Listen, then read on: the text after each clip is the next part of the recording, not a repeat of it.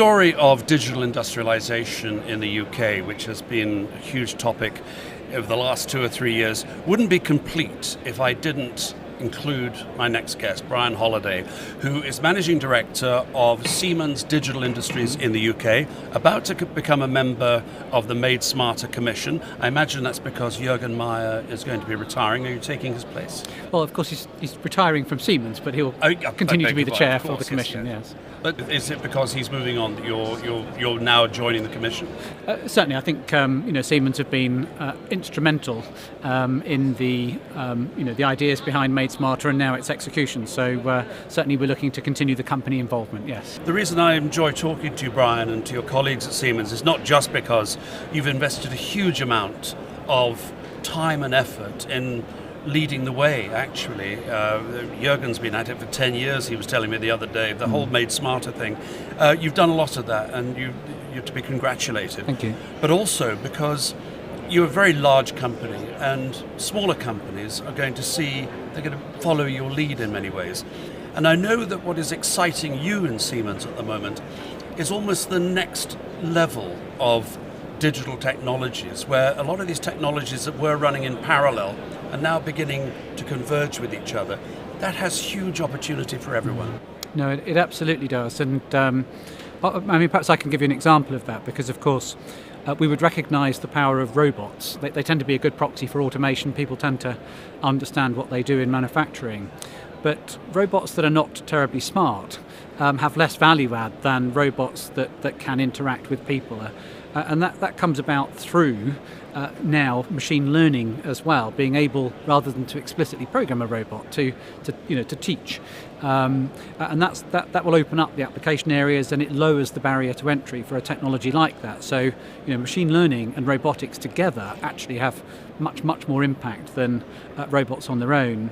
But I've been quite excited to see the use of artificial intelligence, if you like, applied with design. So if you can, and I'm a petrolhead, Nick, I like Formula One, and you'll know that before a Formula One race, certainly the top teams might model the race in advance. They might look at all of the variables and might run many thousands of computer-based simulations to try and work out the best strategy. Well, for me, in the world of design, we can bring perhaps a human perspective to the component we might want to design and make. There's a lot of bias in there because of the way we've done things before. But if you start to bring an artificial intelligence to that, you start to iterate your design, or generative design as we're calling it, and you're bringing AI together with CAD, then actually you come up with some very different outcomes. So for example, in our additive manufacturing facility at Worcester, where we've invested £27 million about 2 years ago to build a state-of-the-art capability in material handling and the production of advanced components. We're moving from prototyping to series production of components that are really at the leading edge. So if you imagine burner tips in gas turbine design, items that have to operate at up to 1250 degrees centigrade, but their effectiveness is to do with the way that the fuel flows through a burner tip and into a gas turbine. Well, using AI, modelling that generatively, and then additively printing that means that you've got something fundamentally more effective than perhaps a machined component might have been in the past. And so it's the convergence of those design, verifying and prototyping steps with the ability to execute through an additive process that actually means you've got a very, very different looking product at the end as well that's much more effective. Brian, last time we met, it was at Congleton, Siemens Congleton factory, an idiosyncratic location, very unlike modern manufacturing parks. And I was struck by the fact that in Congleton, constrained by size, constrained also existentially because they've got to fight for survival within the Siemens universe, and they've got to compete with global competitors everywhere. They are actually using fantastic efficiencies to stay competitive. And I found that to be a metaphor that we should take right across the manufacturing sector. Am I right in that, in saying that this pressure actually has made Congleton one of the most efficient factories in the Siemens universe? It is. We're very proud of Congleton, and you rightly point out that we've got constraints like probably the majority of other manufacturing companies. And I guess people see Siemens and assume we're a big company, but in reality, for a relatively small location like that, we tend to think of it as being an SME, a small to medium enterprise within the group. But yes, we do have to focus on productivity to stay competitive both inside and with respect to the external market.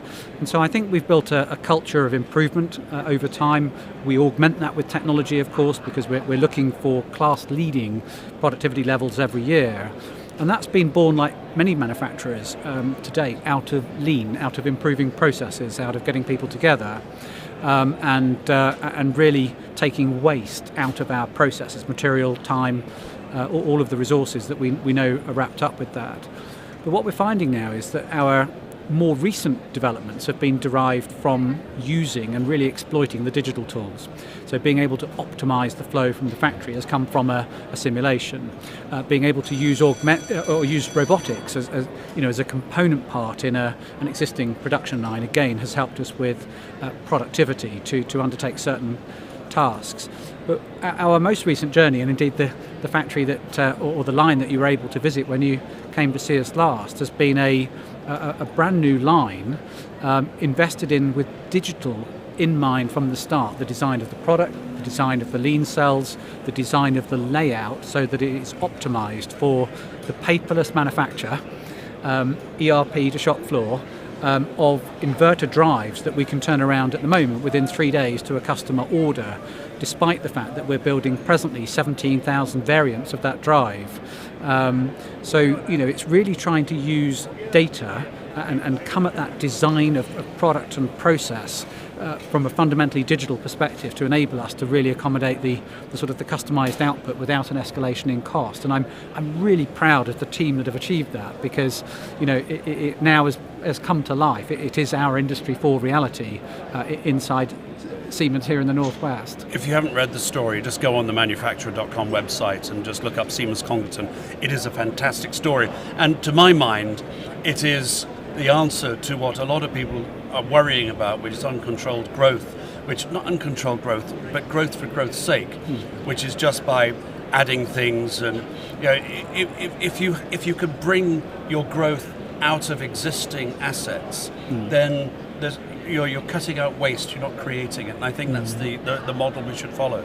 I guess what's key for us has been that if we had continued with a lean journey and our focus had been exclusively on cost productivity, you've got to augment that with innovative products that the customer wants to buy. So I would say there's a mix of things going on there, that lean, digital, connecting with the customer, being more agile and thinking much more about your ability to change things when they're not quite right.